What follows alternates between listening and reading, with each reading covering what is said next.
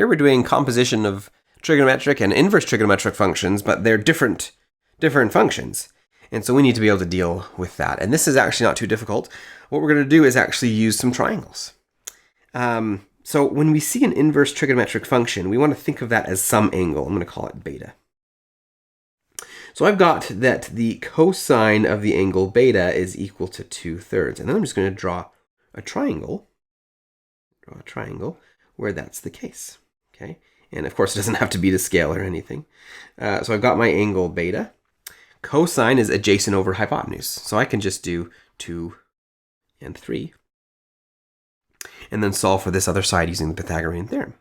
Okay. So this side here, if I call that, actually we'll call it b. Then I've got a squared plus b squared equals c squared. In other words, 2 squared plus b squared equals 3 squared.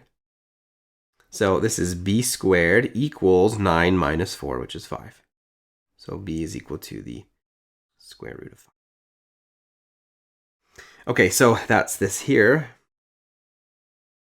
And now we just go back and say, okay, now I'm doing tangent of that angle. Tangent of this angle, which I called beta. Well, tangent is opposite over adjacent. So that's the square root of 5 over 2. Okay, now notice that I drew here a triangle that you could think of as being drawn in standard position, this angle. And so this angle ended up being in the first quadrant. Okay, that is actually pretty important because we know that the arc cosine will only give us an angle in the first 2 quadrants, quadrants 1 and 2, something between 0 and pi. And so it's important that we are consistent with what that angle is going to look like, where it's going to be.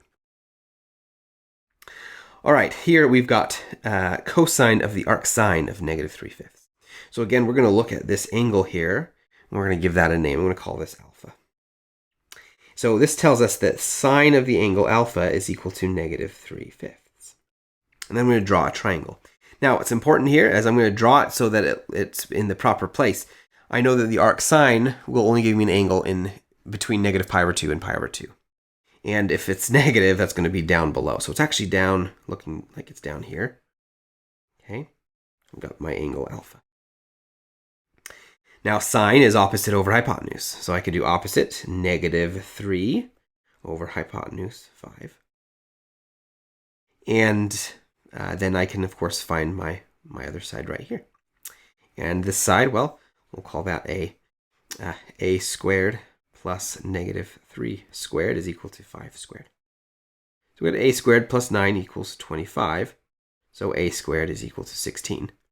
And a is equal to 4. Now notice it could be positive or -4, but I knew that I was drawing this angle in the 4th quadrant, really, right?